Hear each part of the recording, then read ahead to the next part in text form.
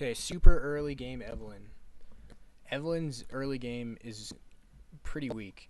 Until about 3 or 4 minutes, she really does nothing. When she has double buffs and all three abilities, she does a lot, but before that, she's pretty useless. So very susceptible to an invade like this. But anyway, they're going to get a kill there, and we're going to come over to this blue buff, right? Because we want to try to, we think they're going to take our buff.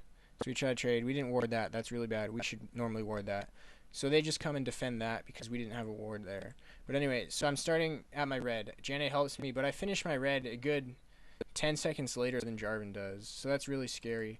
So what I want to do is just bum rush my blue buff, which really every jungler does, but I want to take this right away because I know Jarvan can come fight me at it. And he's stronger than me at this phase in the game. So I just want to run away from Jarvan. But once you're level 3, you want to immediately gank. And that's exactly what I do here. I have my stealth. Darius just used all of his cooldowns. So he doesn't have the burst or the CC right now to kill either of us. So I'm waiting for him to come up a little bit too far. Once Renekton's off cooldown. See, he uses another Q. And he doesn't see me, and then as soon as he sees me, I pop my W. So you want to use it at the latest possible moment. You want to close as much distance as you can before he sees you in stealth. But the damage is just too high. Even if he flashes, he's going to die. And he knows that, so he just trades back the kill. So that's a pretty good start for me. Notice how Jarvan has 5 more CS than I do. Because he was farming, he took his Wraiths, and I think another jungle camp while I was ganking. But in the end, it doesn't matter because I get a kill. And that's what you want to do as Evelyn. If you're farming the jungle at level 3 as Evelyn, you're doing something very wrong. And here, there's just the massive damage output that I put. And that's why you want to gank. You do so much damage. And your W gives you so much mobility. It's just a waste to farm the jungle. Evelyn's extremely gank heavy. So here, since I have a lot of early gold, I want to rush my Lizard Elder. Attack damage scales with Q, so that's always a really good item to get. And then here, again, I want to gank. I'm going to gank right away.